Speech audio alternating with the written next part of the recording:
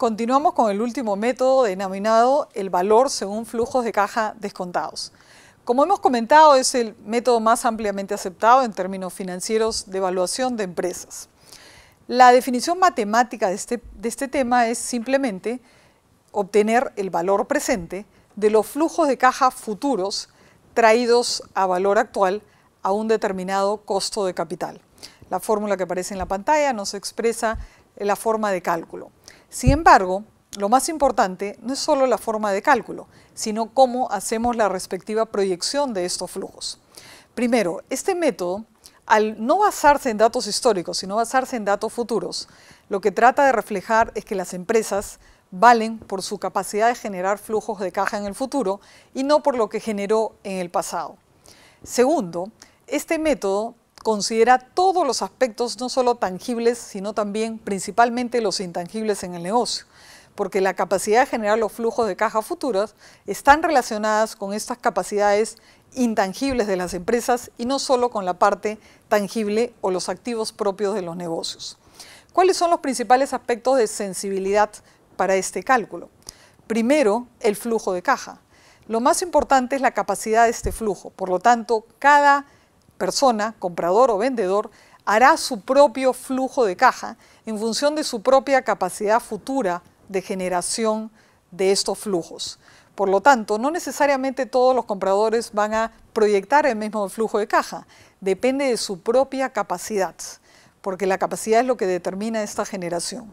Segundo, la determinación del costo de capital es un tema muy importante y debe considerar no solo el aspecto de una tasa que incluya una tasa libre de riesgo, sino también el aspecto de riesgo del negocio, de la industria, del mercado y la estructura de financiamiento de la empresa.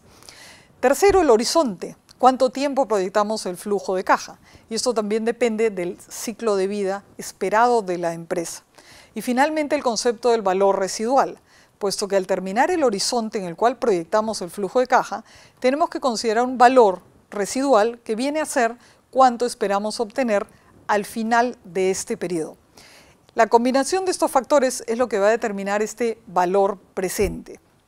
Desde la perspectiva de B&G, consideramos que el flujo futuro ya no es 600.000. Estamos viendo que podría ser un flujo de 900.000 en el futuro. Por lo tanto, podemos evaluar y hacer una proyección considerando estos 900.000, además de considerar la proyección de 1.000.000, que sería el valor estimado al final de la vida, es decir, de los 10 años en el horizonte que estamos proyectando. Y esto nos va a generar un valor de la empresa aproximado de 4.1 millones. ¿Cuáles son las ventajas de este método? Primero, incorpora y evalúa las diferentes consideraciones macroeconómicas y operativas implícitas en la proyección del flujo de caja. Segundo, el flujo de caja futuro considera los beneficios futuros. Contempla el valor tangible e intangible de los activos. Toma en cuenta el riesgo, lo cual no lo hace ninguno de los métodos anteriores. Y constituye una herramienta muy práctica de negociación. Limitaciones. Peligro de sobrevaluar o subestimar los resultados.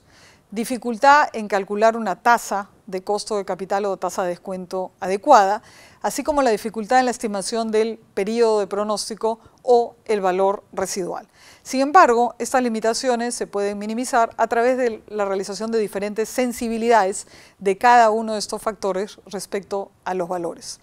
Finalmente, en este gráfico lo que tenemos son los diferentes valores que nos permiten comparar los resultados.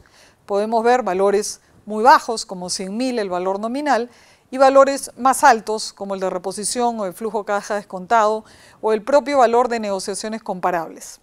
Basado en estos valores, lo que tenemos finalmente que calcular, ¿cuáles serían los precios máximos o mínimos que serían aceptables por vendedor o por comprador? Desde la perspectiva del vendedor, un precio máximo no existe, porque podrían aceptar lo máximo posible, es lo que espera el vendedor. Pero sí tendrían un precio mínimo. ¿Cuál sería el precio mínimo que podría aceptar un vendedor por vender esta empresa? Un valor nominal no es relevante, un valor en libros es referencial, un valor de liquidación asume que la empresa no continúa funcionando. Por lo tanto, considerar el valor de negociaciones comparables o el de relación precio-utilidad tiene más relevancia, incluyendo el de flujo de caja descontado. Por lo tanto, nos vamos a mover con un valor mínimo entre 4 millones hacia arriba en relación al vendedor.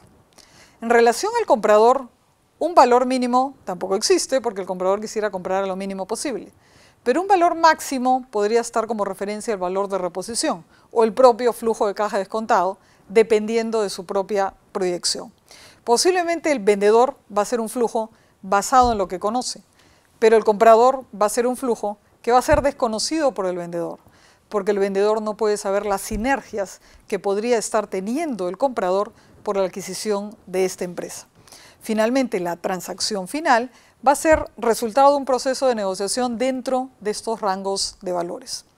Estos métodos que acabamos de explicar nos dan un complemento importante a la información que hemos presentado de los estados financieros, porque nos permite tener una visión un poco más amplia de cómo determinar el valor de las empresas y cómo podemos determinar precios, productos de transacciones, tomando en cuenta las fortalezas y debilidades que cada uno de estos métodos nos ofrece desde el punto de vista financiero.